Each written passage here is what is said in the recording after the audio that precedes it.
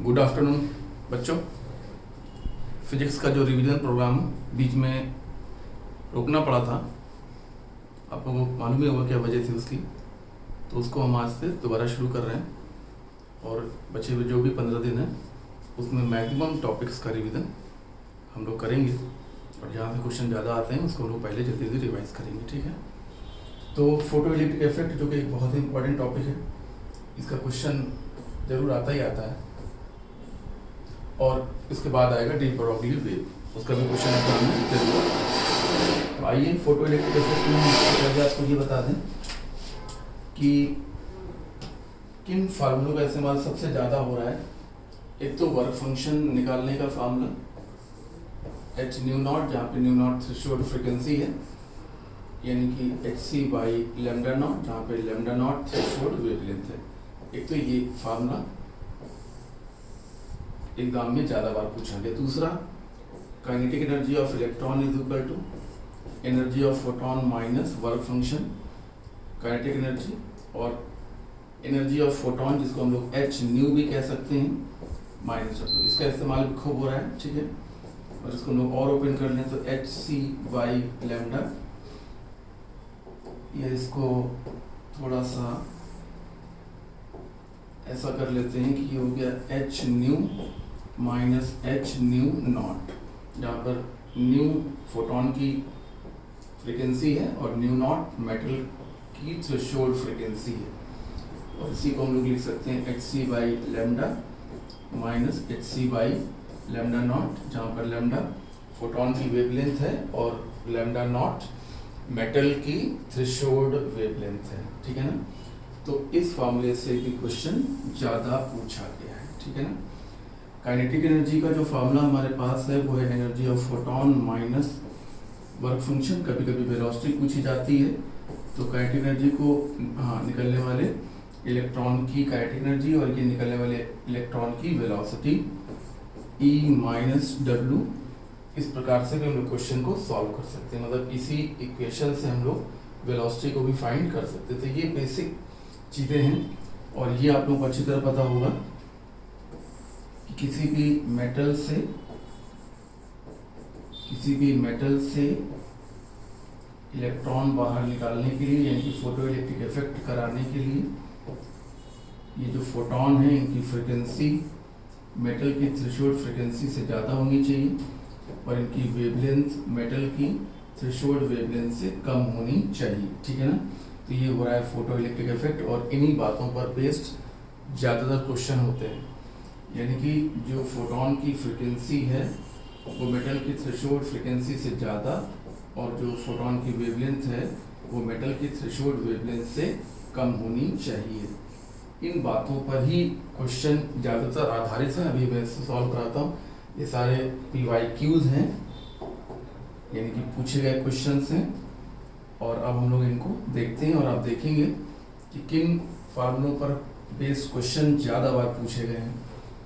Work function of caesium 2.14 electron volt, potassium 2.30 electron volt और sodium का work function 2.75 electron volt है। ठीक है ना, और जो फोटोन गिर रहा है उसकी जो एनर्जी है वो है 2.20 इलेक्ट्रॉन वोल्ट। तो कह रहे हैं कि बताइए इससे फोटो इलेक्ट्रिक इफेक्ट होगा या इससे होगा या इससे होगा, यानी कि सीजियम से होगा या पोटेंशियल से होगा या फिर सोडियम से होगा। तो आप देख रहे हैं कि ये जो फोटोन की एनर्जी है, फोटोन की जो एनर्जी है वो किसके वर्क फंक्शन से ज़्यादा है? बोलो, वर्क फंक्शन ऑफ सीजियम से ज़्यादा है, इसलिए इससे फोटो इलेक्ट्रिक इफेक्ट होगा और इन दोनों से नहीं होगा। यानी कि पोटेशियम और सोडियम से फोटो इलेक्ट्रिक इफेक्ट नहीं होगा। क्यों नहीं होगा? क्योंकि गिरने वाले फोटोन की जो एनर्जी है वो सीजियम के वर्क फंक्शन से तो ज़्यादा है, लेकिन पोटेशियम और सोडियम के वर्क फंक्शन से कम है। इसलिए सीजियम जो मेटल है वो फोटो इलेक्ट्रिक इफेक्ट शो करेगी और पोटेशियम और sodium photo electric effect show नहीं करेगा। क्वेश्चन छोटा सा क्वेश्चन है, बड़ा अच्छा क्वेश्चन है, आइए आगे चलते हैं जल्दी से।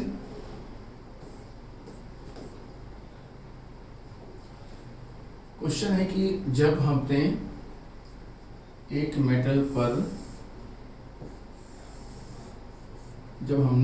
मेटल पर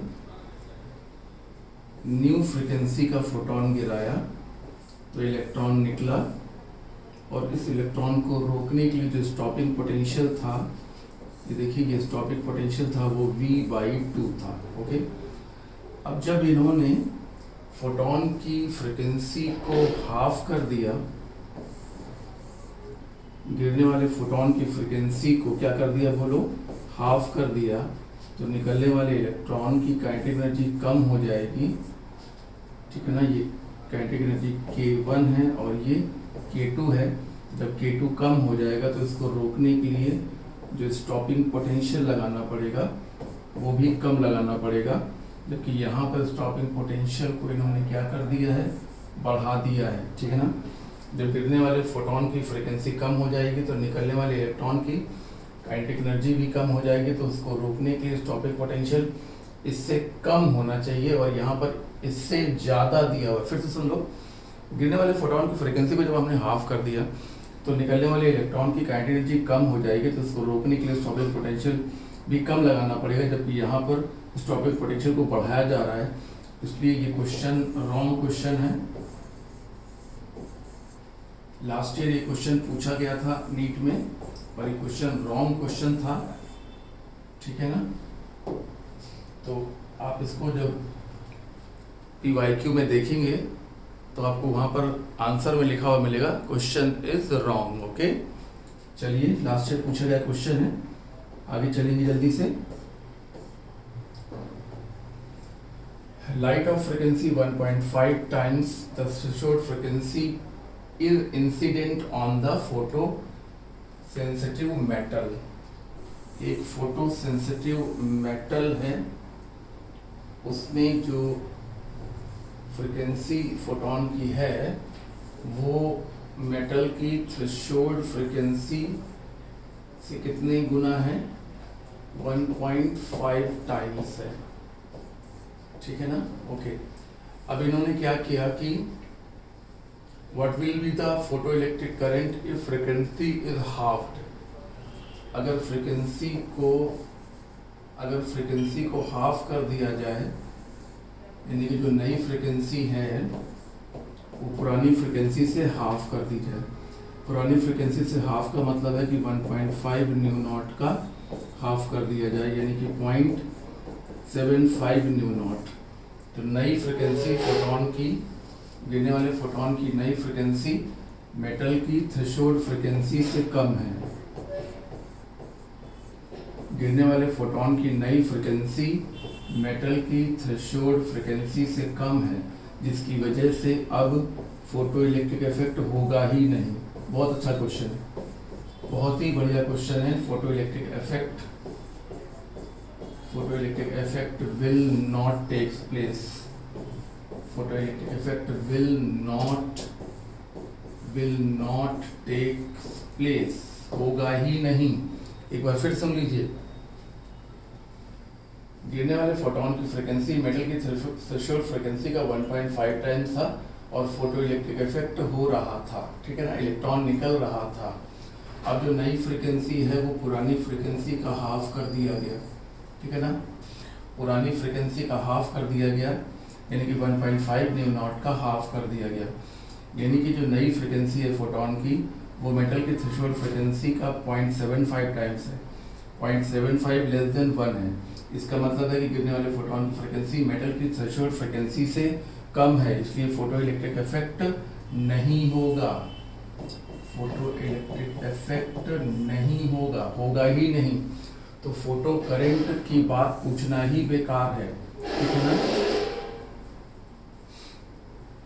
यानी कि कोई फोटो इलेक्ट्रॉन नहीं निकलेगा, यानी कोई फोटो करंट जनरेट नहीं होगा। बहुत ही बढ़िया क्वेश्चन है।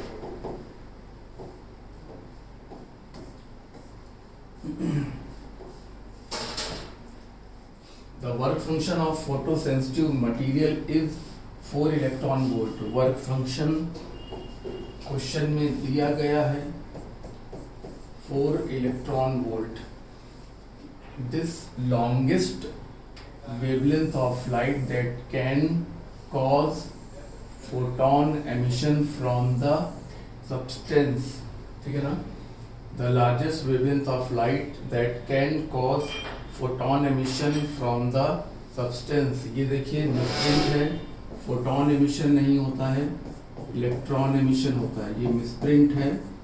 अब इसको क्यूआरपी में देखेंगे आपको मिसप्रिंट नजर आएगा। इलेक्ट्रॉन एमिशन होता है, जब फोटोन गिरता है तो इलेक्ट्रॉन निकलता है और इसी फेनोमेना को हम लोग कहते हैं फोटो इलेक्ट्रिक इफेक्ट, है ना। अच्छा भाई ठीक है, तो इन्होंने पूछा है कि कितनी वेवलेंथ का फोटोन हम गिराएं कि फोटो इलेक्ट्रिक इफेक्ट हो जाए। कितनी वेवलेंथ का फोटोन गिराएं कि फोटो इलेक्ट्रिक इफेक्ट हो जाए, ठीक है ना। आइए, work function is equal to क्या होता है, एच न्यू नॉट, जिसको हम लोग कहते हैं H C by lambda naught. तो अगर हम इसको 12400 कर लें तो इससे हम लोगों को थ्रेशोल्ड वेवलेंथ का पता चल जाएगा। इस प्रकार से मेटल की थ्रेशोल्ड वेवलेंथ आ गया है 12400/4 यानी कि 3100 एंगस्ट्रॉम, ठीक है ना। जब ये फार्मूला हम लोग अप्लाई करते हैं तो ये इलेक्ट्रॉन वोल्ट में आता है ये एनर्जी, और ये किस में लिखा जाता है, एंगस्ट्रॉम में, ठीक है ना। तो ये कितना है 4 इलेक्ट्रॉन वोल्ट, ये आ गया 3100 एंगस्ट्रॉम। तो for photo electric effect photon की वेवलेंथ कम होनी चाहिए थ्रेशोल्ड वेवलेंथ से, यानी कि फोटोन की वेवलेंथ 3100 एंगस्ट्रॉम से कम होनी चाहिए, यानी कि इसकी जो मैक्सिमम वैल्यू हो सकती है वो 3100 हो सकती है। तो इतने वेवलेंथ का फोटोन अगर हम गिराएंगे तो फोटो इलेक्ट्रिक इफेक्ट हो जाएगा, या इससे कम वेवलेंथ का फोटोन गिराएंगे तो भी हो जाएगा, और कम वेवलेंथ का फोटोन गिराएंगे तो भी हो जाएगा। लेकिन अगर इतनी वैल्यू से ज़्यादा वेवलेंथ का फोटोन गिराएंगे तो फोटो इलेक्ट्रिक इफेक्ट नहीं होगा, ठीक है।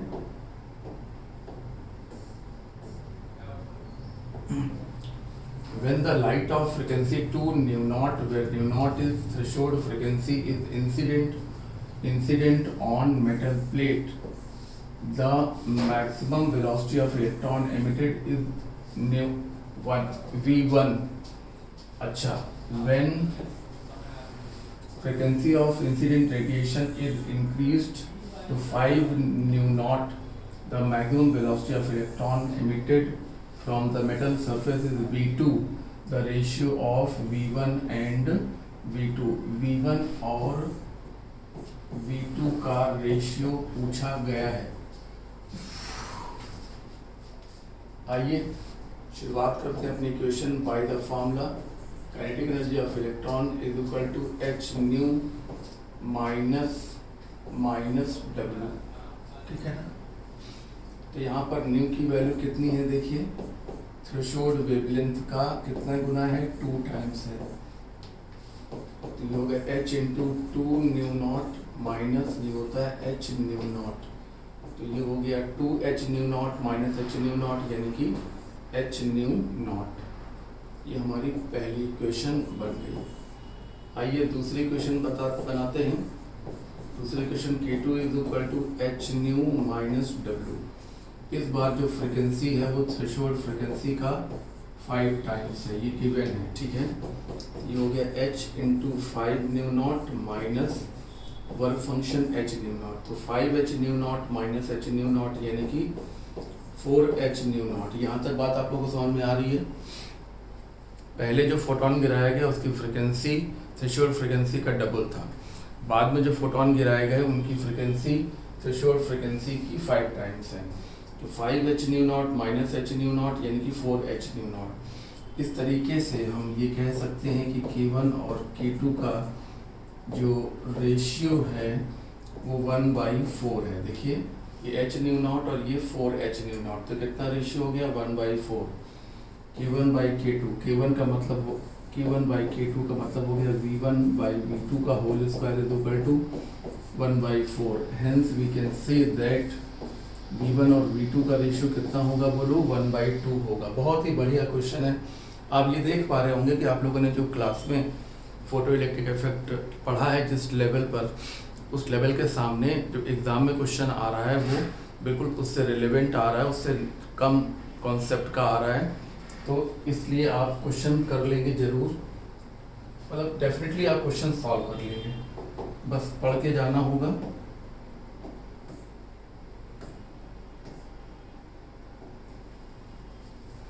The photoelectric threshold wavelength of silver is this. The velocity of electron ejected from silver surface by ultraviolet light of wavelength इतना, ठीक है ना। तो वेलोसिटी हमको फाइंड करनी है। जब भी हमें इलेक्ट्रॉन की वेलोसिटी फाइंड करनी होगी तो हम लोग इस फॉर्मूले का अपना इस्तेमाल करेंगे, एच न्यू माइनस डब्ल्यू। अब हम इसको लिख सकते हैं एच न्यू, लैम्डा और लैम्डा नॉट दिया हुआ है, H nu minus H nu naught, यानी कि H C by lambda minus H C by lambda naught. इस प्रकार से हम लोग एच सी को बाहर ले लेंगे तो यहाँ आ जाएगा 1/λ माइनस 1/λ नॉट। हम दोनों वेवलेंथ को एंगस्ट्रॉम में रखेंगे तो ये हमारा आंसर इलेक्ट्रॉन वोल्ट में आएगा। एच सी को हम लोग 12400 करके और यहाँ पर वेवलेंथ जो गिराई जा रही है वो है 2536 एंगस्ट्रॉम और जो थ्रेशोल्ड वेवलेंथ है वो 3250 एंगस्ट्रॉम, ठीक है ना। तो ये कैलकुलेशन हमारा हो जाएगा। इसको आप सॉल्व करेंगे तो एग्जैक्टली आपको 1 मिलेगा। और काइनेटिक एनर्जी को हम लिख सकते हैं हाफ एम वी स्क्वायर, ये जूल में है, इसमें ई से डिवाइड करेंगे तो ये बन जाएगा इलेक्ट्रॉन वोल्ट में, क्योंकि इस तरफ ये 1 जो है वो इलेक्ट्रॉन वोल्ट में है तो इसको भी इलेक्ट्रॉन वोल्ट में कन्वर्ट करना पड़ेगा। आपको पता होना चाहिए काइनेटिक एनर्जी का formula half M V square, ये जूल में आंसर आता है और जब हम ई से डिवाइड करेंगे तो ये बन जाएगा इलेक्ट्रॉन वोल्ट, ठीक है ना। आइए इसको आगे सॉल्व करते हैं। यहाँ तक अच्छे से समझ लिया तो ये हो गया हाफ और इलेक्ट्रॉन का मास और इलेक्ट्रॉन का charge into V square is equal to 1। आप इन सब चीज़ों को उधर लेके जाएंगे तो V square is equal to 0.35 into 10⁻+12 हो जाएगा, क्योंकि ये देखिए -12, देखिए -12 उधर जाएगा तो +12 हो जाएगा।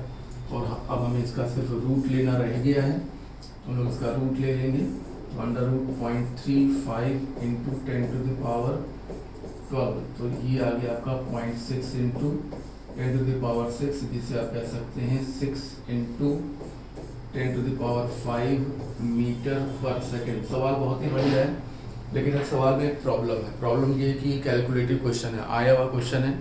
PYQ आप देखेंगे आपको ये देखने को मिल जाएगा, रिसेंटली आया हुआ क्वेश्चन है, लेकिन कमी ये है कि इसमें कैलकुलेशन ज़्यादा है। आपको ये सॉल्व करना पड़ेगा, LCM लेना पड़ेगा, फिर ये करेंगे 3250 माइनस 2536 और इससे जब डिवाइड करेंगे पूरे कैलकुलेशन को तो ये 1 आएगा। और ये है इलेक्ट्रॉन की kinetic energy half M V square joule में, इसमें हमने ई को डिवाइड किया तो ये बन गया इलेक्ट्रॉन वोल्ट में। दोनों तरफ इलेक्ट्रॉन वोल्ट हो गया, इस तरफ भी LHS में भी इलेक्ट्रॉन वोल्ट और RHS में भी इलेक्ट्रॉन वोल्ट हो गया। उसके बाद हमने इलेक्ट्रॉन का मास रखा, इलेक्ट्रॉन का चार्ज रखा, उधर लेकर गए तो वी स्क्वायर की वैल्यू ये आ गई, वी की वैल्यू अंडर रूट लेने पर आ जाएगी 0.35 का अंडर रूट 0.6 और ये 10⁻12 का अंडर रूट 10⁻6, डेसिमल हटाएंगे तो ये 6 बनेगा 10⁻5 मीटर पर सेकेंड में आपको रिजल्ट मिलेगा। बहुत ही बढ़िया क्वेश्चन है।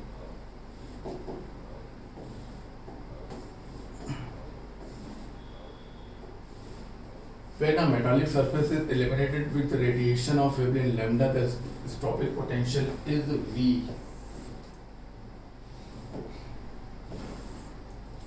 जब हमने किसी मेटालिक सरफेस को फोटोन गिराया, फोटोन की वेवलेंथ लैम्डा थी इलेक्ट्रॉन निकला और उसको रोकने के लिए जो स्टॉपिंग पोटेंशियल हमको लगाना पड़ा, ये देखिए स्टॉपिंग पोटेंशियल जो लगाना पड़ा वो कितना लगाना पड़ा, V, ठीक है ना। स्टॉपिंग पोटेंशियल को हम लोग ऐसे V0 से रिप्रेजेंट करते हैं, लेकिन इस क्वेश्चन में V से रिप्रेजेंट किया जा रहा है। अब इनका क्वेश्चन है कि अगर हमने वेवलेंथ को डबल कर दिया, फोटोन की वेवलेंथ को डबल कर दिया, तो निकलने वाले इलेक्ट्रॉन की काइनेटिक एनर्जी, वेवलेंथ को डबल कर दिया यानी कि फ्रीक्वेंसी को हाफ कर दिया, तो काइनेटिक एनर्जी कम हो जाएगी। तो इसको रोकने के लिए स्टॉपिंग पोटेंशियल कितना लगाना पड़ेगा वो आपको दिया गया है, और वो स्टॉपिंग पोटेंशियल है V/4, ठीक है ना। तो थ्रेशोल्ड वेवलेंथ के बारे में पूछा गया है, मेटल की थ्रेशोल्ड वेवलेंथ। सवाल फिर से सुन लो, जब हमने गिरने वाले फोटोन की वेवलेंथ को लैम्डा लिया तो इलेक्ट्रॉन निकला और स्टॉपिंग पोटेंशियल V लगाना पड़ा। जब वेवलेंथ को डबल कर दिया यानी कि फ्रीक्वेंसी को हाफ कर दिया, तो काइनेटिक एनर्जी भी कम हो गई, तो स्टॉपिंग पोटेंशियल भी कम लगाना पड़ेगा, जो कि V के बदले V/4 हो गया। तो इस मेटल की थ्रेशोल्ड वेवलेंथ हमें पता लगानी है। ये क्वेश्चन बहुत ही बढ़िया क्वेश्चन है। आइए, kinetic energy is equal to hc/λ minus hc/λ0, क्योंकि फॉर्मूला होता है kinetic energy is equal to photon की एनर्जी माइनस मेटल का वर्क फंक्शन। फोटोन की एनर्जी hc/λ और मेटल का वर्क फंक्शन hc/λ0, ठीक है। तो ये हमारी पहली इक्वेशन हम लोगों ने बना ली है। स्टॉपिंग पोटेंशियल, काइनेटिक एनर्जी को हम लिखते हैं E/V, स्टॉपिंग पोटेंशियल है। काइनेटिक एनर्जी, निकलने वाले इलेक्ट्रॉनों की काइनेटिक एनर्जी को रोकने के लिए स्टॉपिंग पोटेंशियल V है, और काइनेटिक एनर्जी और स्टॉपिंग पोटेंशियल में क्या रिलेशन होता है, E/V0। स्टॉपिंग पोटेंशियल का वैसे तो नोटेशन V0 होता है, लेकिन इस क्वेश्चन में स्टॉपिंग पोटेंशियल का नोटेशन V लिया गया है, ठीक है। पहली हमारी इक्वेशन बनकर तैयार हो चुकी है। आइए चलिए, पहली इक्वेशन हमारी बन चुकी है। EV is equal to HC, बाहर ले लेंगे तो 1/λ माइनस 1/λ0। उसके बाद हम, हाँ, ये मेरी पहली इक्वेशन हो चुकी है। आइए अब इसी फार्मूले से हम अगली इक्वेशन बनाते हैं। E और स्टॉपिंग पोटेंशियल कितना हो गया, V/4 हो गया, hc/λ की जगह पर 2λ, और ये वर्क फंक्शन hc/λ0। इस तरीके से हमारी नई इक्वेशन बन गई hc और ब्रैकेट में 1/2λ माइनस 1/λ0। ये हमारी नई इक्वेशन बन के तैयार हो गई। अगर हम इन दोनों इक्वेशंस को डिवाइड कर देंगे तो हमें λ0 की वैल्यू जरूर मिल जाएगी। तो 1 और 2 को डिवाइड किया तो ये देखिए EV है और ये EV/4 है, तो 4 ऊपर चला जाएगा, इधर 4 आ जाएगा, HC से HC कट जाएगा, यहाँ पर 1/λ माइनस 1/λ0, और यहाँ पर 1/2λ माइनस 1/λ0। क्रॉस मल्टीप्लाई कर देंगे, λ0 की वैल्यू हमको तुरंत मालूम पड़ जाएगी, ठीक है। आइए क्रॉस मल्टीप्लाई करते हैं। 4/2λ minus 4/λ0 is equal to 1/λ minus 1/λ0। इस तरीके से देखिए, ये देखिए 2/λ minus 4/λ0 is equal to 1/λ minus 1/λ0, ठीक है ना। तो 2/λ minus 1/λ is equal to 4/λ0 minus 1/λ0। इस तरीके से 1/λ इज इक्वल टू 3/λ0। इस तरीके से मेटल की थ्रेशोल्ड वेवलेंथ गिरने वाले फोटोन की वेवलेंथ का 3 गुना होना चाहिए, ठीक है ना। ये देखिए बहुत ही बढ़िया क्वेश्चन आया हुआ क्वेश्चन है, PYQ में आपको ये देखने को मिलेगा। आइए एक बार फिर से आपको क्वेश्चन बताते हैं।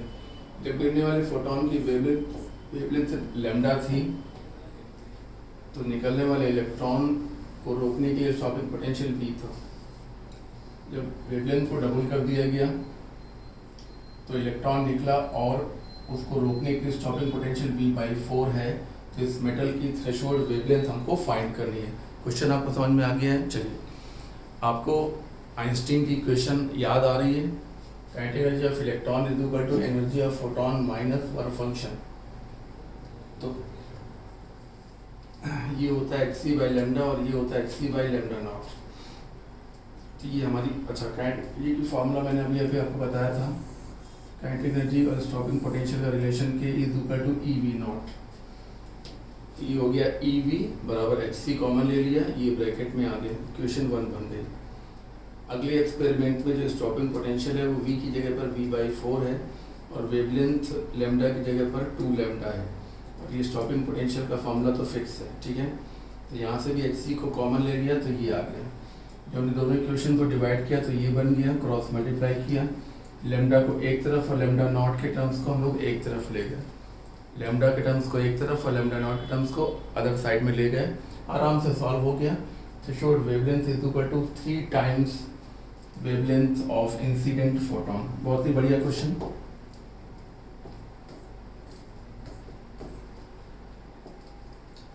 Photon with energy 5 electron volt are incident on a cathode C in photoelectric cell. The maximum energy of emitted photoelectron is 2 electron volt. ठीक है ना? निकलने वाले इलेक्ट्रॉन की काइनेटिक एनर्जी कितनी है? 2 इलेक्ट्रॉन वोल्ट। जब फोटोन 6 इलेक्ट्रॉन वोल्ट का गिराया गया तो स्टॉपिंग पोटेंशियल फाइंड करने को कहा गया। If stopping potential of A related to C is कितना होना चाहिए? फिर से सुन लीजिए, जब हमने इतने इलेक्ट्रॉन वोल्ट का फोटोन गिराया, ठीक है ना, तो निकलने वाले इलेक्ट्रॉन की काइनेटिक एनर्जी कितनी निकली? 2 इलेक्ट्रॉन वोल्ट।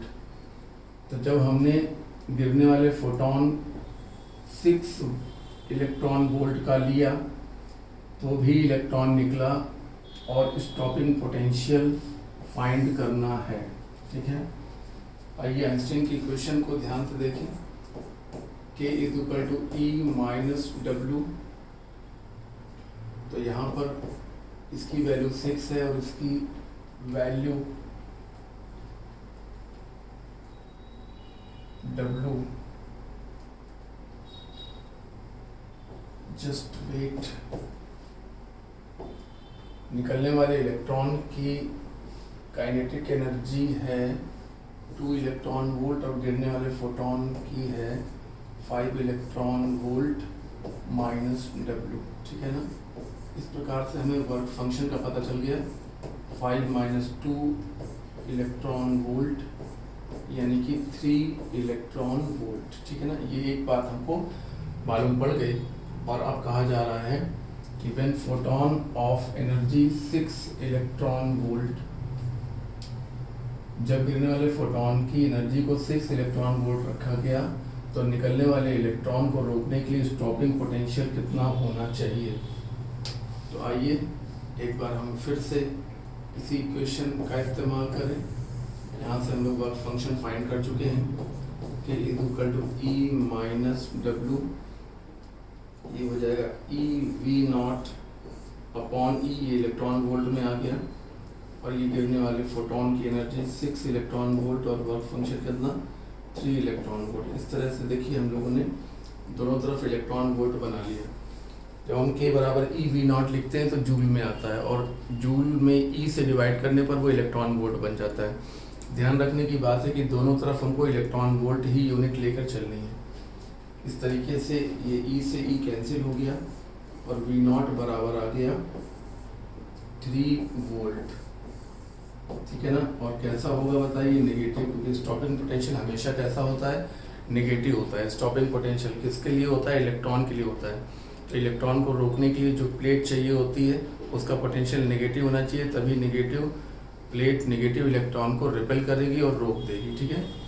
तो साइन कैसा होगा? नेगेटिव। तो ये देखिए आंसर में +3 गलत हो गया और ये तो खैर गलती है, ये तो आंसर ही गलत है। और ये देखिए -3, ये अच्छा क्वेश्चन है, बहुत ही बढ़िया क्वेश्चन है।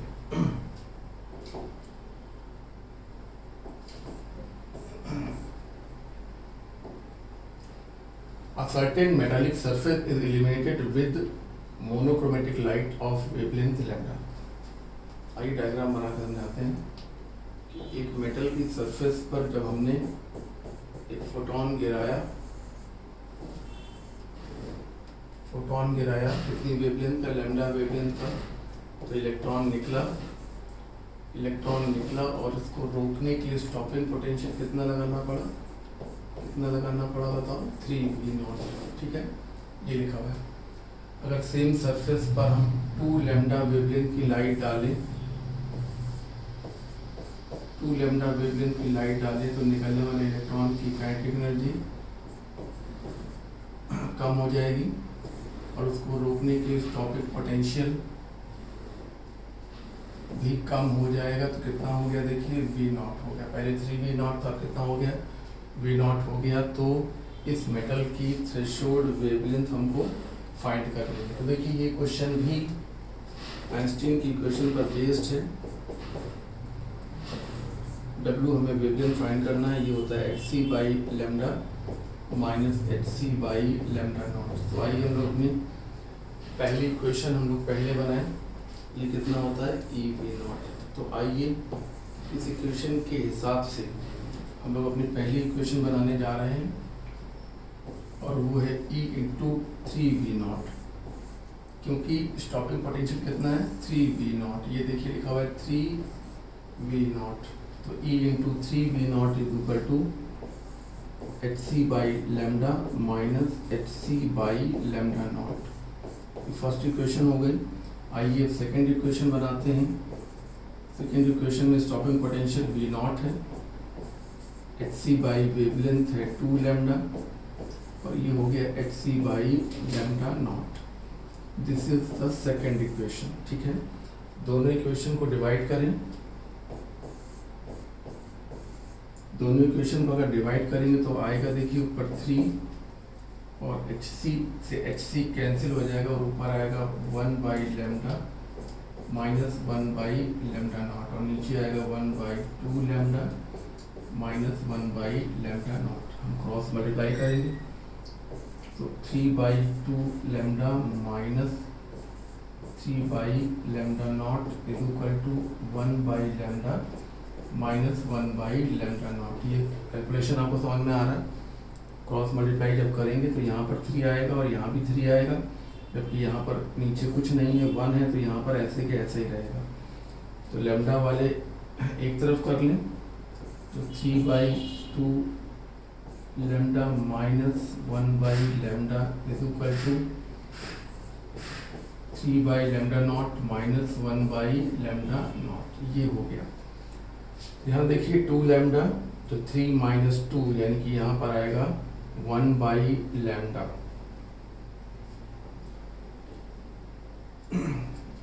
कैलकुलेशन समझ में आ रहा है, आसान कैलकुलेशन। देखिए कोई कठिन कैलकुलेशन नहीं है। इस तरफ 2λ एलसीएम आएगा तो यहाँ पर जब 2λ एलसीएम आएगा तो यहाँ पर 3 हो जाएगा और यहाँ पर वो आ जाएगा और यहाँ पर 3/λ0 माइनस 1/λ0 यानी कि 2/λ0। ये हो गया 1/2λ = 2/λ0। ठीक है ना, ये गिरने वाले फोटोन की वेवलेंथ है और ये मेटल की थ्रेशोल्ड वेवलेंथ है। इस प्रकार से λ0 = 4λ। बहुत ही बढ़िया क्वेश्चन, ठीक है ना, बहुत ही बढ़िया क्वेश्चन। ये देखिए हो गया, बड़े आराम से आ गया। इसी प्रकार का क्वेश्चन अभी आ चुका है। A photoelectric surface is illuminated successively by lambda and λ/2। एक फोटोइलेक्ट्रिक सरफेस है जिसको हमने 2 बार इल्यूमिनेट किया। एक बार वेवलेंथ लैम्डा है और एक बार वेवलेंथ को हमने कम कर दिया है, λ/2 कर दिया है। ठीक है ना। If the maximum kinetic energy of emitted photoelectron in second case is 3 times that in the first case। निकलने वाले फोटो इलेक्ट्रॉन की काइनेटिक एनर्जी सेकेंड केस में कितनी है? फर्स्ट केस से 3 गुना है। फर्स्ट केस से 3 गुना है, तो वर्क फंक्शन ऑफ सरफेस हमको फाइंड करना है। तो आइए पहले क्वेश्चन बनाते हैं। K1 is equal to E minus W, यानी कि H C by lambda minus W. ये हमारी फर्स्ट इक्वेशन है। सेकेंड इक्वेशन में हम लोग बनाएंगे K2 is equal to H C by lambda, कितना कर दिया गया? लेमडा बाई 2 कर दिया गया माइनस डब्लू। इस प्रकार से ये 2hc by lambda minus W हो गया। ओके, ये हमारी सेकेंड इक्वेशन हो गई है। इन दोनों इक्वेशंस को अगर हम डिवाइड करते हैं, मान लीजिए, तो K1 by K2 is equal to, ऊपर आएगा hc by lambda minus W और नीचे 2hc by lambda minus W. इतना समझ में आ रहा है? ये देखिए hc by lambda minus W और ये 2hc by lambda minus W. ये 2 कहाँ से आ गया? क्योंकि अगले एक्सपेरिमेंट में जो वेवलेंथ है वो हाफ कर दिया गया, तो ये 2 ऊपर चला गया। ये समझ में आ गया होगा। अब जो K2 है वो K1 का 3 गुना है, तो यहाँ पर कितना आ जाएगा? 1/3। 1/3 क्यों आ जाएगा? आपको समझ में आ गया होगा। 2hc by lambda minus W. हमें वर्क फंक्शन फाइंड करना है। हम लोग क्रॉस मल्टीप्लाई कर देंगे, जैसा कि पहले भी हम लोग कुछ क्वेश्चंस में कर चुके हैं। क्रॉस मल्टीप्लाई करेंगे तो 2hc by lambda minus W is equal to ये 3hc by lambda minus 3w।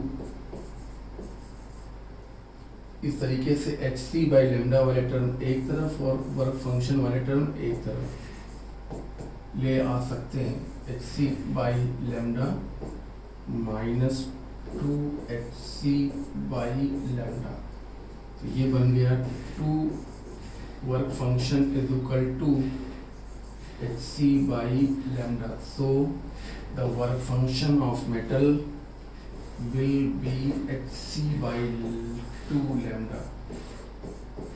hc by 2 lambda इसलिए क्योंकि ये 2 जो होगा वो नीचे आ जाएगा, तो ये बन जाएगा hc बाई 2 लेमडा। इस तरीके से हम लोग बड़ा आराम से इतने इंपॉर्टेंट क्वेश्चन को सॉल्व कर लिया। एक बार क्वेश्चन फिर समझ लीजिए। पहले लैम्डा वेवलेंथ का फोटोन गिराया गया और निकलने वाले इलेक्ट्रॉन की काइनेटिक एनर्जी K1 हुई। बाद में गिरने वाले फोटोन की वेवलेंथ को हाफ कर दिया गया, तो निकलने वाले इलेक्ट्रॉन की नई काइनेटिक एनर्जी पुराने वाले से 3 गुना पाई गई। तो इस मेटल का वर्क फंक्शन हमको फाइंड करने को कहा गया है। आइंस्टीन की इक्वेशन इसको आप पहचानते हैं, E को hc बाई लेमडा, ठीक है, पहचानते हैं। K2 hc बाई लेमडा नहीं बल्कि लेमडा बाई 2 है माइनस डब्लू। 2 ऊपर चला गया, हो गया। दोनों को डिवाइड कर दिया। यहाँ पे 1/3 कैसे आ गया? क्योंकि जो K2 है वो 3K1 है, तो जब 3K1 करेंगे तो K1 से K1 कैंसिल हो जाएगा, 1/3 आ जाएगा। क्रॉस मल्टीप्लाई करेंगे तो ये बन जाएगा W वाले टर्म एक तरफ, ठीक है ना, ये देखिए, और hc बाई लेमडा वाले टर्म एक तरफ कर दिए, तो ये बन गया 3hc by lambda minus 2hc by lambda, यानी कि 1hc बाई लेमडा, और 3w minus w is equal to 2w। 2 नीचे जाएगा तो यहाँ पे आ जाएगा 2 नीचे। hc by 2 lambda work function आता है। बहुत ही बढ़िया क्वेश्चन है।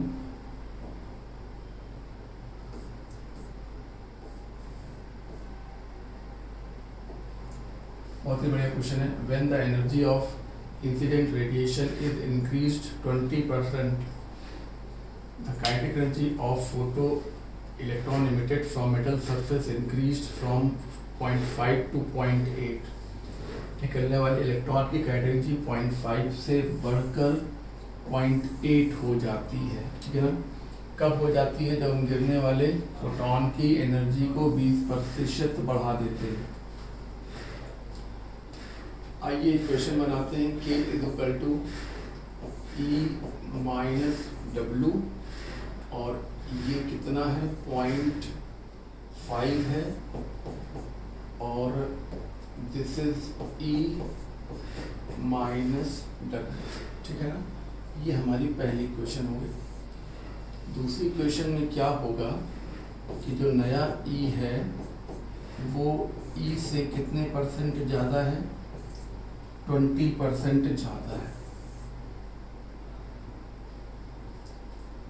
जो नया ई डैश है वो ई से कितने परसेंट ज़्यादा है, 20% ज़्यादा है। ये हो गया ई प्लस ई बाई 5 यानी कि 6e/5। आइए इस बात को लेते हुए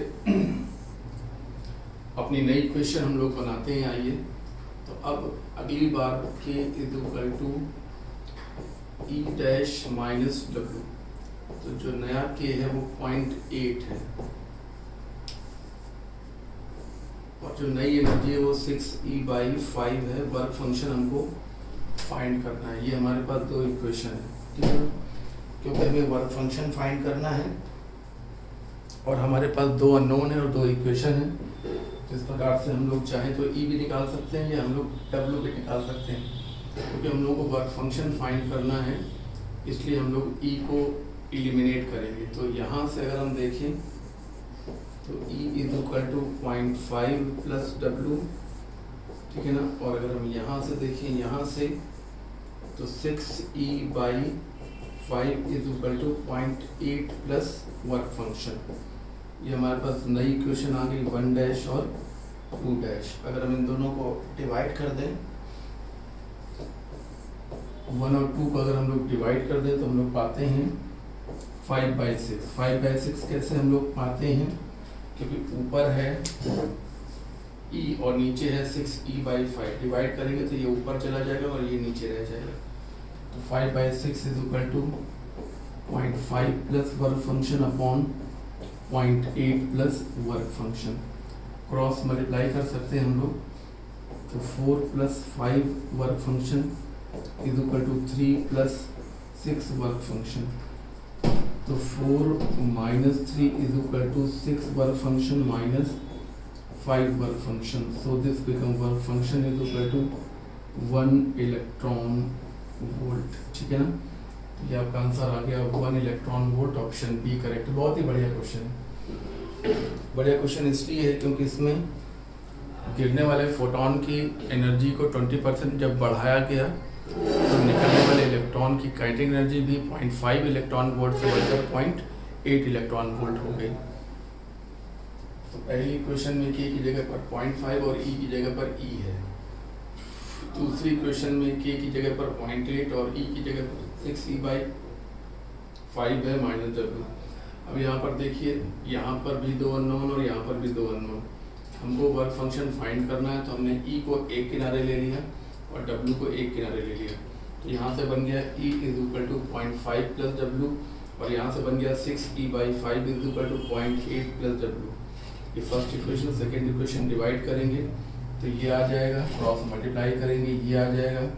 वर्क फंक्शन एक तरफ और 4 और 3 नंबर एक तरफ।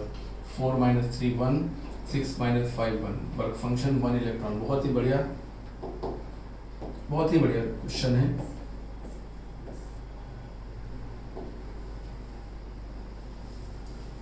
The photoelectric emission from certain metal cut off frequency is new. देखिए कट ऑफ फ्रिक्वेंसी को न्यू बोला गया है, हालांकि कट ऑफ फ्रिक्वेंसी को न्यू नहीं बोलते, न्यू नॉट बोलते हैं, ठीक है ना। अगर radiation of frequency 2 new impinging on the metal plate the maximum possible velocity। Velocity की बात आ रही है, जाहिर सी बात है हम लोग आइंस्टीन की इक्वेशन यूज करेंगे k is equal to e minus w। तो ये हो गया h nu minus h nu naught. आइए यहाँ पे न्यू नॉट करें,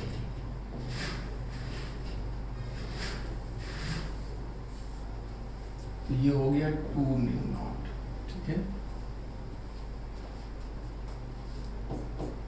h और न्यू की वैल्यू कितनी है बताइए, 2 न्यू नॉट। गिरने वाले फोटोन की जो फ्रिक्वेंसी है वो थ्रेशोल्ड फ्रिक्वेंसी का डबल है। ये देखिए 2 न्यू नॉट और ये हो गया h न्यू। मैं फिर से बात को समझाता हूँ। गिरने वाले फोटोन की फ्रिक्वेंसी मेटल की थ्रेशोल्ड फ्रिक्वेंसी का डबल है। अगर ये न्यू नॉट है तो ये कितना है 2 न्यू नॉट है। इस प्रकार से 2h nu not minus h nu naught यानी कि h न्यू नॉट, और हमें वेलोसिटी फाइंड करनी है this is half mv square, so v square is equal to 2h nu naught by m, so v is equal to under root 2h nu naught by m। ये हो गया आपका answer. बहुत ही बढ़िया question में सुनिए ध्यान से। मेटल की थ्रेशोल्ड फ्रिक्वेंसी न्यू नॉट है और गिरने वाले फोटोन की फ्रिक्वेंसी थ्रेशोल्ड फ्रिक्वेंसी का डबल है, तो निकलने वाले इलेक्ट्रॉन की मैक्सिमम काइनेटिक एनर्जी हमको फाइंड करने को कहा गया है। ठीक है, तो आइए k is equal to E minus W. E मतलब h न्यू और न्यू कितना है थ्रेशोल्ड फ्रिक्वेंसी का डबल है, तो ये हो गया h into 2 new minus h new, h into 2 new not minus h nu not, तो ये बन गया सिंगल 1h न्यू नॉट। हमें वेलोसिटी निकालनी है तो हम काइनेटिक एनर्जी को रिप्लेस करेंगे हाफ mv स्क्वायर से, 2 ऊपर जाएगा m नीचे आएगा, रूट आएगा और ये वेलोसिटी का एक्सप्रेशन आ जाएगा। अच्छा क्वेश्चन है, आसान क्वेश्चन है।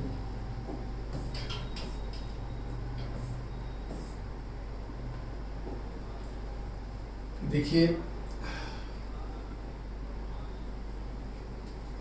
एक कैथोड पर जब इतनी दूरी से फोटोन गिराए गए तो इलेक्ट्रॉन निकले जिनकी काइनेटिक एनर्जी k थी, ठीक है ना, और स्टॉपिंग पोटेंशियल V नॉट था। इनको रोकने के लिए जो स्टॉपिंग पोटेंशियल लगाया गया वो कितना लगाया गया, बोलो V नॉट। अब कह रहे हैं कि अगर कैथोड पर गिरने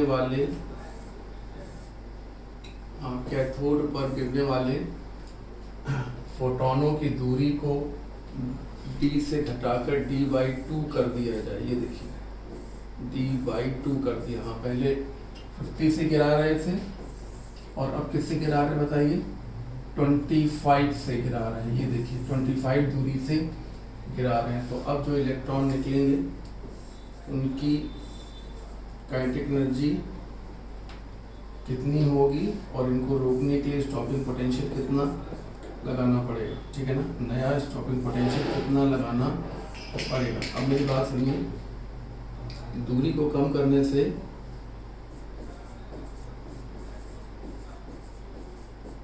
by changing distance n will change. n मतलब फोटोनों का number, n will change, n change होगा, ठीक है ना, but new will not change. Frequency तो बदल नहीं रहे, फ्रीक्वेंसी बिल्कुल नहीं बदल रहा है, इसलिए k विल नॉट चेंज। निकलने वाले इलेक्ट्रॉनों की काइनेटिक एनर्जी भी विल नॉट चेंज नहीं होगी, इसलिए उनको रोकने के लिए स्टॉपिंग पोटेंशियल भी चेंज नहीं होगा। बहुत ही अच्छा क्वेश्चन है। एक बार मैं क्वेश्चन दोबारा आपको एक्सप्लेन कर रहा हूँ कि एक कैथोड पर हमने 50 सेंटीमीटर दूरी से फोटोन गिराए, अगली बार हमने 25 सेंटीमीटर दूरी से फोटोन गिराए, वही फोटोन गिराए मतलब फ्रिक्वेंसी वही रही। जब फ्रिक्वेंसी वही रहेगी तो निकलने वाले इलेक्ट्रॉनों की काइनेटिक एनर्जी भी वही रहेगी। तो जब निकलने वाले इलेक्ट्रॉनों की काइनेटिक एनर्जी भी पहले जैसी ही रहेगी तो उनको रोकने के लिए स्टॉपिंग पोटेंशियल भी पहले वाला ही होगा, कोई नया स्टॉपिंग पोटेंशियल नहीं होगा। बहुत ही ज़्यादा बढ़िया क्वेश्चन है। आंसर होगा नया स्टॉपिंग पोटेंशियल पुराने स्टॉपिंग पोटेंशियल के बराबर होगा। बहुत ही बढ़िया क्वेश्चन है। The threshold frequency of photosensitive metal, threshold frequency दी गई है और गिरने वाले फोटोन की फ्रिक्वेंसी दी गई है और हमसे कट ऑफ वोल्टेज यानी कि स्टॉपिंग पोटेंशियल पूछा जा रहा है। स्टॉपिंग पोटेंशियल आइंस्टीन की इक्वेशन में कहाँ आता है जरा बताइए।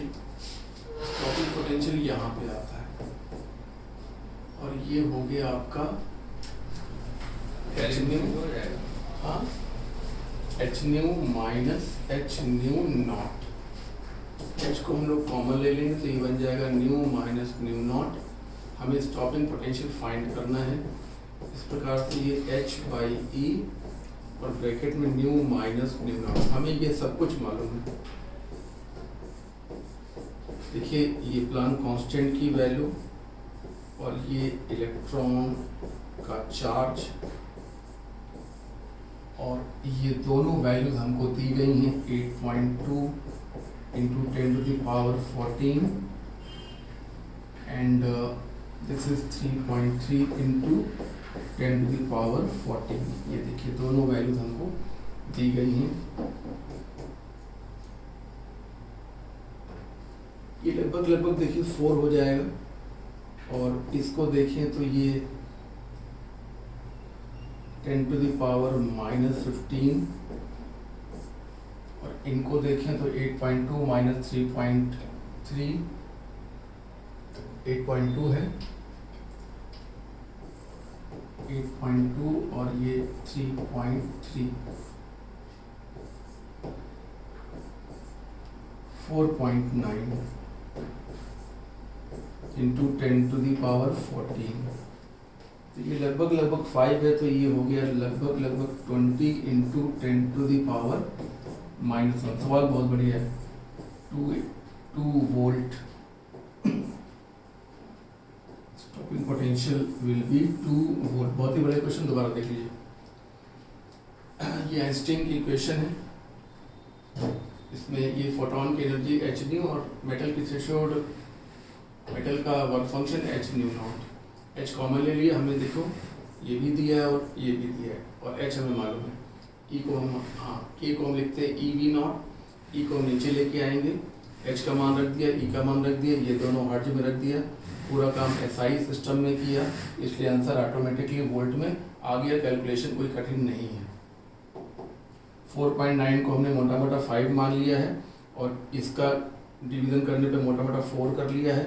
ये 20 इंटू -1 यानी कि 2 वोल्ट। अच्छा क्वेश्चन है।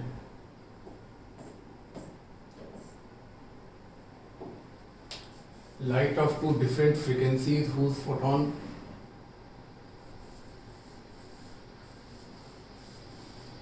दो प्रकार के फोटोन हैं, एक इतने इलेक्ट्रॉन वोल्ट का, दूसरा इतने इलेक्ट्रॉन वोल्ट का। एक मेटल पर गिराए जाते हैं जिसका वर्क फंक्शन इतना है। Ratio of maximum speed, maximum speed हमसे पूछा गया है। वर्क फंक्शन हमको क्वेश्चन में दिया हुआ है, बहुत अच्छी बात है। आइए पहली क्वेश्चन बनाते हैं। K1 is equal to H nu minus W.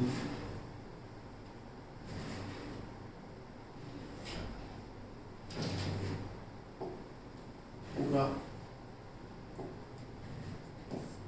Directly दिया हुआ है। तो ये E है 1 इलेक्ट्रॉन वोल्ट और वर्क फंक्शन 0.5, तो ये आ गया 0.5। ठीक है ना, ये पहली इक्वेशन हमने बना ली। आइए दूसरी इक्वेशन बनाते हैं। K2 is equal to E minus W. तो नया E कितना है 2.5 है और वर्क फंक्शन 0.5 है, तो ये कितना आ गया बताइए 2। ये दूसरी इक्वेशन है। इस प्रकार से हमने जब दोनों इक्वेशंस को डिवाइड किया तो K1 by K2 is equal to 0.5/2 आया। 0.5/2 यानी कि 1/4 आया। K1 बाई K2 मतलब V1 square by V2 square. Half M square cancel हो जाएगा, ये 1/4 आया।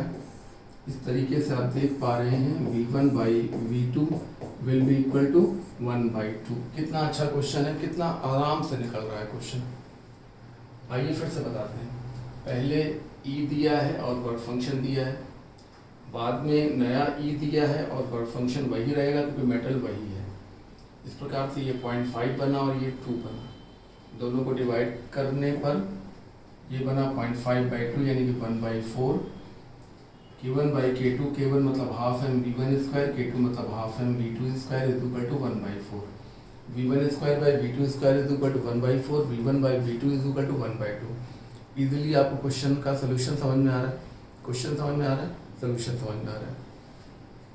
पहले फोटोन की एनर्जी कुछ और थी, निकलने वाले इलेक्ट्रॉन की काइनेटिक एनर्जी कुछ और होगी।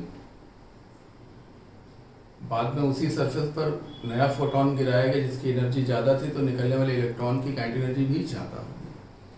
तो पहली इक्वेशन में ये दोनों चीज़ें दी हुई है, दूसरी इक्वेशन में भी ये दोनों चीज़ें दी हुई है। मेटल वही है इसलिए वर्क फंक्शन दोनों बार 0.5 ही रहेगा। बाकी आप देख रहे हैं दोनों इक्वेशन को डिवाइड करने पर काइनेटिक एनर्जी का रेशियो आ जाता है, तो उसके बाद वेलोसिटी का रेशियो भी दिया। बढ़िया सवाल था। Photoelectric emission occur only when the incident light has more than, incident light की फ्रीक्वेंसी थ्रेशोल्ड फ्रीक्वेंसी से ज़्यादा होनी चाहिए, ठीक है ना। तो कैसे होगा, incident light has more than certain minimum frequency, frequency गिरने वाले फोटोन की फ्रीक्वेंसी मेटल की थ्रेशोल्ड फ्रीक्वेंसी से ज़्यादा होनी चाहिए। ये फोटो इलेक्ट्रिक इफेक्ट के लिए ज़रूरी शर्त है। क्या ज़रूरी शर्त है, गिरने वाले इलेक्ट्रॉन की एनर्जी वर्क फंक्शन से ज़्यादा, फ्रीक्वेंसी थ्रेशोल्ड फ्रीक्वेंसी से ज़्यादा और वेवलेंथ थ्रेशोल्ड वेवलेंथ से कम होनी चाहिए। ये 3 शर्तें पूरी होनी चाहिए, ठीक है। थ्योरेटिकल क्वेश्चन है, अच्छा क्वेश्चन है।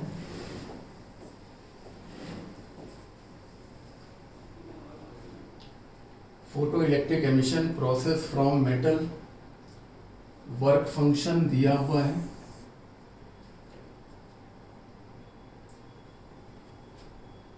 इलेक्ट्रॉन की काइनेटिक एनर्जी दी हुई है, स्टॉपिंग पोटेंशियल हमसे पूछा है। फोटो इलेक्ट्रिक एमिशन प्रोसेस में मेटल का वर्क फंक्शन दिया हुआ है, निकलने वाले इलेक्ट्रॉन की काइनेटिक एनर्जी दी हुई है। तो जब काइनेटिक एनर्जी दी हुई है तो हमको इसकी ज़रूरत ही क्या है, निकलने वाले इलेक्ट्रॉन की maximum kinetic energy 0.5 electron volt दिया हुआ है। स्टॉपिंग पोटेंशियल कैसे होता है, EV0 होता है। EV0 जूल में होता है, जूल में E का डिवाइड करेंगे तो ये बन जाएगा इलेक्ट्रॉन वोल्ट। अब दोनों तरफ इलेक्ट्रॉन वोल्ट बन चुका है, इलेक्ट्रॉन वोल्ट से इलेक्ट्रॉन वोल्ट, E से E कैंसिल हो गया, बस stopping potential point electron volt आ गया। इस डेटा की कोई आवश्यकता नहीं है क्योंकि स्टॉपिंग पोटेंशियल निकालने के लिए हमें निकलने वाले इलेक्ट्रॉन की काइनेटिक एनर्जी चाहिए होती है, क्योंकि निकलने वाले इलेक्ट्रॉन की जो काइनेटिक एनर्जी होती है वो EV0, जहाँ पर V0 स्टॉपिंग पोटेंशियल है और K निकलने वाले इलेक्ट्रॉन की काइनेटिक एनर्जी है। तो ये रिलेशन होता है और इसी से हम स्टॉपिंग पोटेंशियल को फाइंड कर लेंगे। इसकी कोई ज़रूरत इस क्वेश्चन में नहीं है।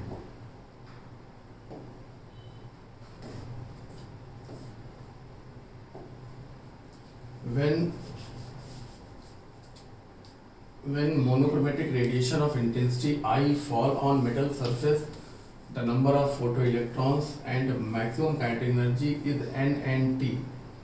जब गिरने वाले फोटोन की इंटेंसिटी I है तो निकलने वाले फोटोन के नंबर n है और काइनेटिक एनर्जी t है।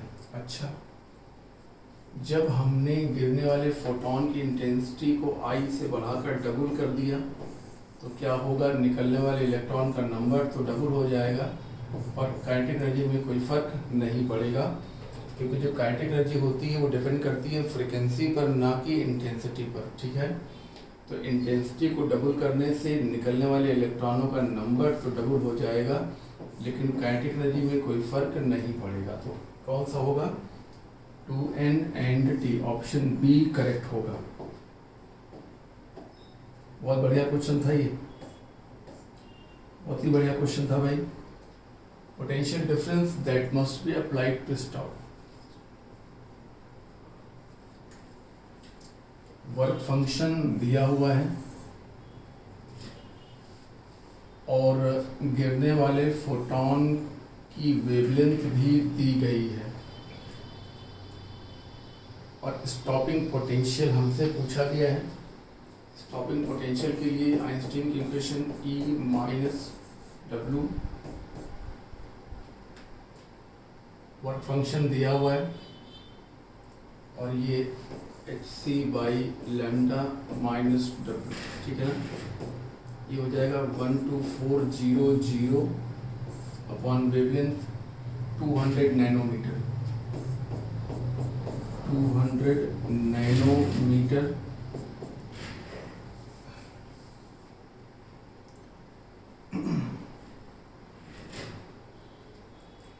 एक नैनोमीटर में 10 एंगस्ट्रॉम होते हैं, तो इतने नैनोमीटर में 200 इंटू 10 यानी कि 2000 एंगस्ट्रॉम होंगे, जिसको हम यहाँ पर पुट कर लेंगे। ये हो गया 2000 एंगस्ट्रॉम और वर्क फंक्शन 5.01, ये हो गया पूरा इलेक्ट्रॉन वोल्ट, हो गया पूरा इलेक्ट्रॉन वोल्ट। और ये हो गया EV0 जूल और अपॉन E, ये भी बन गया इलेक्ट्रॉन वोल्ट।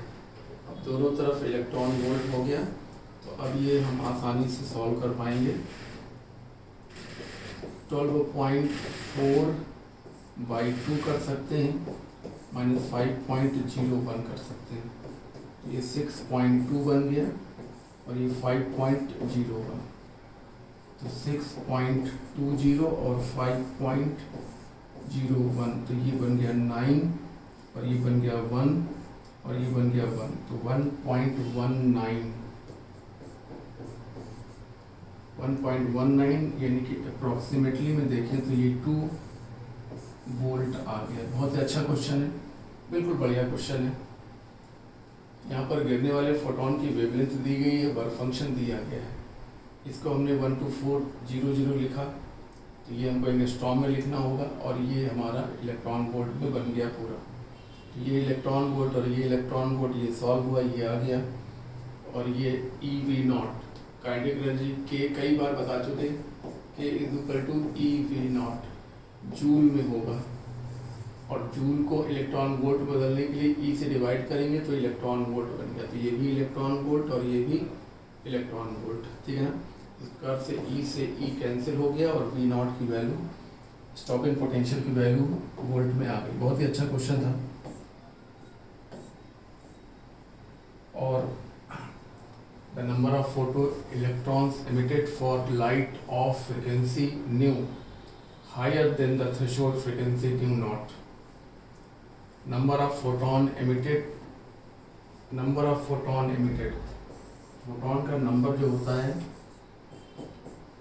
फोटोनों का जो नंबर होता है, वो गिरने इलेक्ट्रॉनों का जो नंबर होता है, जो इलेक्ट्रॉन निकल रहे हैं, इनका जो नंबर होता है वो गिरने वाले फोटोन, इनका जो नंबर होता है वो गिरने वाले फोटोनों की इंटेंसिटी पे डिपेंड करता है, इस पे डिपेंड करता है, फ्रीक्वेंसी पे डिपेंड नहीं करता, ठीक है ना, इंटेंसिटी पे डिपेंड करता है। तो ये बिल्कुल कतई सही नहीं है।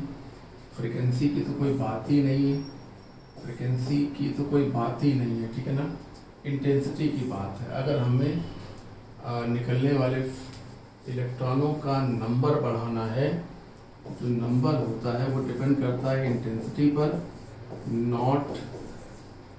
Not depends on frequency, depend नहीं करता फ्रीक्वेंसी पर, एनर्जी पर, वेवलेंथ पर डिपेंड नहीं करता। किस पर डिपेंड करता है? गिरने वाले फोटोनों की इंटेंसिटी यानी कि नंबर पे डिपेंड करता है, इनका नंबर, ठीक है। तो बहुत ही बढ़िया क्वेश्चन ये भी था। तो इस प्रकार से आपकी ये शीट कंप्लीट हो गई है और हाँ 20 क्वेश्चन है इसमें, एक 21 क्वेश्चन जो अगला वीडियो लेक्चर आपको हम देंगे अगली शीट का, है ना, उसमें हम इसका जो एक क्वेश्चन बता हुआ है वो कवर करेंगे और अगली शीट को पूरा सॉल्व कराएंगे, ठीक है। तो तो तैयार करते रहिए। थोड़ा सा समय बचा हुआ है, उस थोड़े समय में जो हम लोग का रिवीजन ब्रेक हो गया था और इसकी वजह आप लोगों को पता ही होगी, और इसकी इस वजह से हमको रुकना पड़ा और रिवीजन को ब्रेक करना पड़ा।